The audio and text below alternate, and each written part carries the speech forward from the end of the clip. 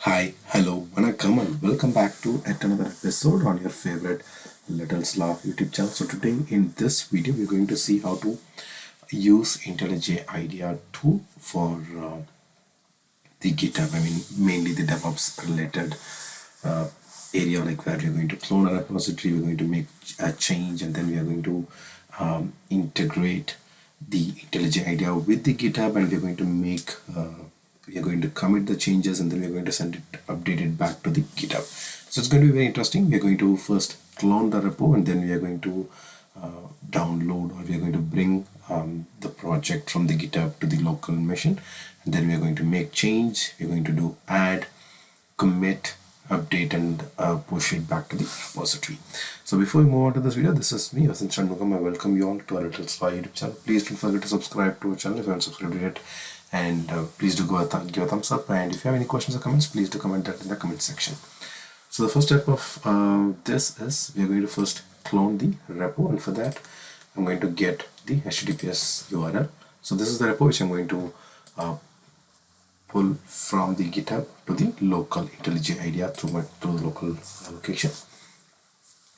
And I'm going to clone the repository first, and I'm giving this URL here. So this will actually create a folder. So again, the next thing is like I'm going to use the Git as the version control. And in fact, if you could see, we have like several other options. Like I can use the GitHub, I can use GitHub Enterprise, and I can even use GitLab. And in fact, we'll see how to do the same in a GitLab version as well. But for now, we'll see how to do this using the GitHub. And I'm not going to choose any of this for now. For now, I'm going to just bring the project to my local machine. I'm just going to clone it, just that. So once I click on clone, and on top of the screen you could see it's cloning my project, and yes, here you can see the project has been downloaded, it has been cloned now, right? And here you can see the commit option, but now there are like no change that has been done, so we have nothing to commit yet. And here you can see the pull request, where you can see the pull requests for the project, and there are like two options which you can see here. One is login via the GitHub, and then login with the token. So there are like I told you, there are like two options. So we'll try with the login with the token. So once I click on this login with token, and here it will take me to the server, the github.com, and then the token. So when I click on generate, it will take me to this screen, and let me create a no expiration, and this will actually generate the token for me. So once I click on generate token, so this will actually, yes, this is actually generated a token. Let me just copy it and go back to IntelliJ IDEA, and let me paste the token and click on login.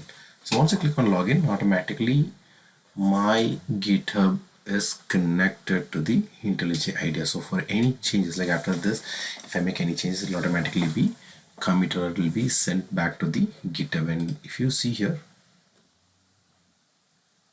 which is coming back to github.com, and so yeah, this is the one that we have downloaded, and there are like 6 commits, and the last commit was on October 15th.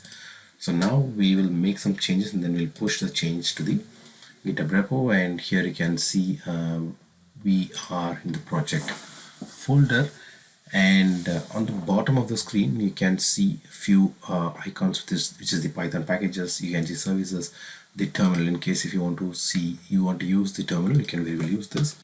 So let me click ls, and this will show me the file. So the next part is we are going to create a branch, and then we're going to make some changes. We're going to add, and then we're going to commit, and then we're going to push it to the GitHub repo.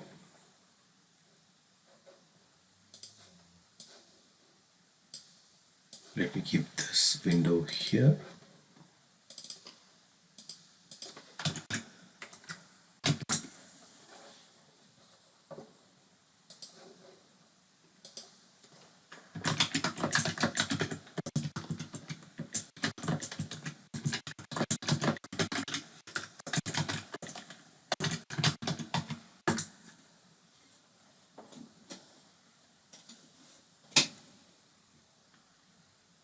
And before we create all those changes, that is creating the branch and everything. So we'll just create something which is git remote -v. So this will actually tell us, yes, so this will actually tell us which is our origin, or which is our remote URL, our remote origin one.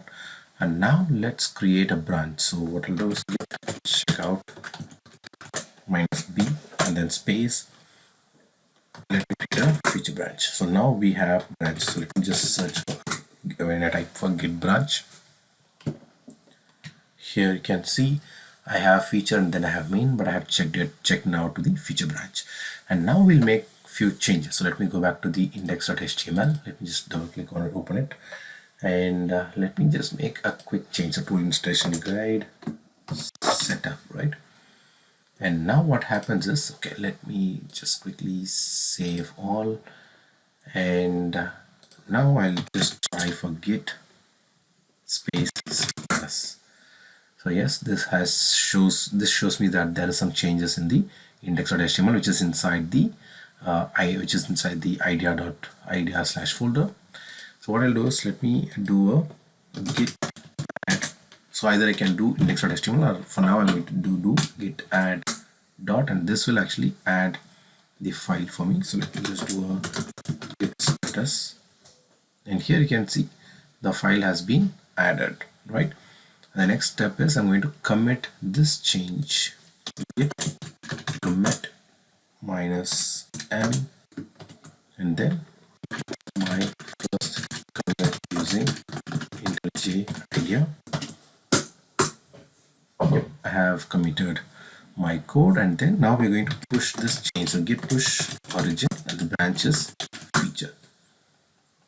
So now we are pushing the change, that whatever we have made from the local to the GitHub, and then yep, I have pushed the change.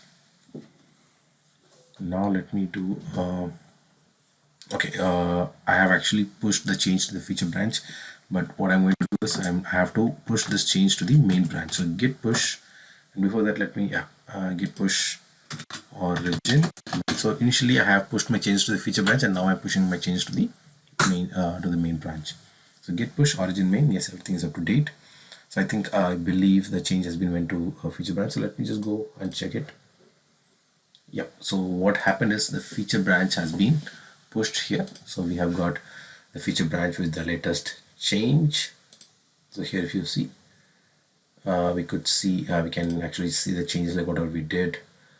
One commit ahead, and yeah, just coming here, we can see the file load difference. I think it's in here, the index.html. Yep,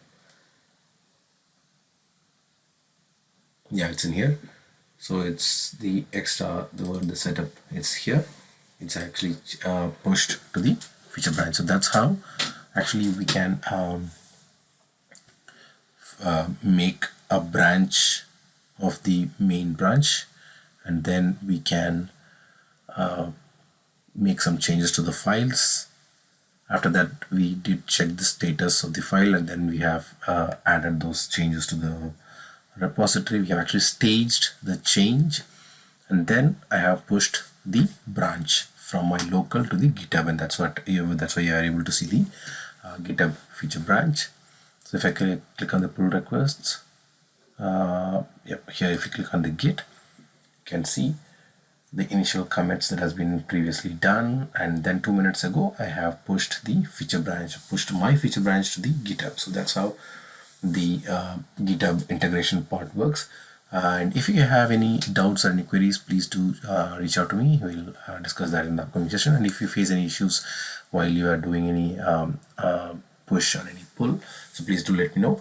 We'll catch up in another interesting session. We'll catch up about how to integrate with GitLab. And until then, it's bye bye from Chandgom and your favorite Little Sly YouTube channel. Take care and bye bye.